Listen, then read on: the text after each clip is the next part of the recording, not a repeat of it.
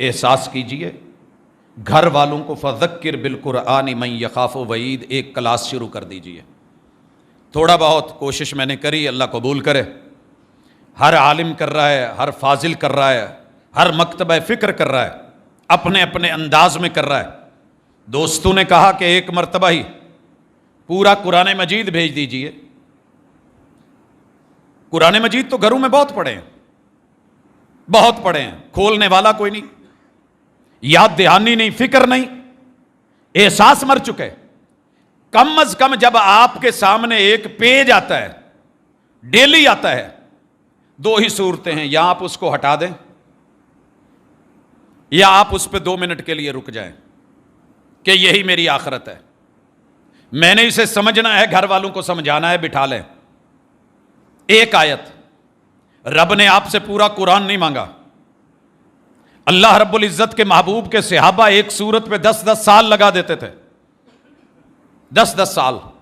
آپ نے نہیں کہا کہ یار بڑے کمزور لوگ ہو، آپ کے حافظے اتنے تیز ہیں، 1 مہینے میں یاد کر لو. یہاں تو وہ بھی ہمارے صوفیاء کے تذکرے ملتے ہیں کہ جو گھوڑے کی ایک رکاب میں پاؤں رکھتے تھے، دوسری طرف رکھنے سے پہلے وہ قرآن ختم کر چکے ہوتے تھے. میرے نبی کے یاروں میں جو معیار تھا وہ قرآن کو لینا، سمجھنا، پڑھنا. تھوڑا لے لو لیکن عمل کرو، کوشش کرو، اور خود کو چیک کرو کہ میں اس آئینے میں میرا چہرہ کیسا ہے، میری کیفیت کیا ہے، میری حالت کیا ہے، میری بیوی کی صورتحال کیا ہے، میرے بیٹے اور بیٹیوں کی حالت کیا ہے. سر جی میں سمجھتا ہوں کہ جس نے 5 کلاسیں بھی پڑھی ہیں، قرآن مجید کی زبر زیر وہ بھی موجود.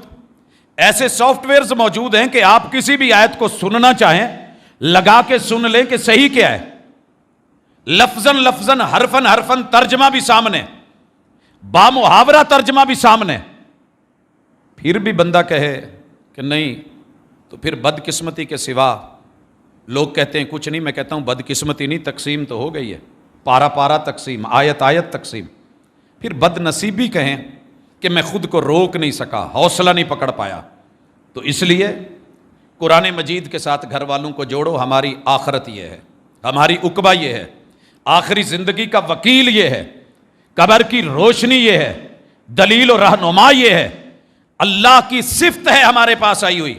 اور حضرات، کسی بی بی کا، کسی بھائی کا، کسی بزرگ کا ایک چھلا تو ہم سنبھال لیتے ہیں.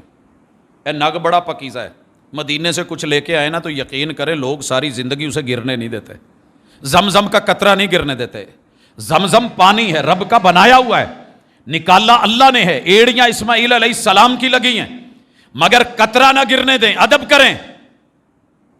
اور وہ رب کی جو صفت بن کے آئی ہے، صفت اللہ کی صفت.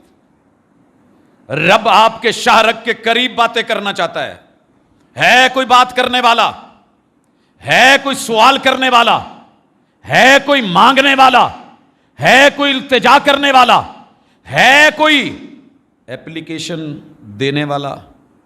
باقی تو ایپس بڑی ڈاؤن لوڈ کرتے ہیں، جو رب نے دی ہے اور وہ لیٹ نائٹ ہوتی ہے، کبھی اس کو بھی ڈاؤن لوڈ کرا نہیں.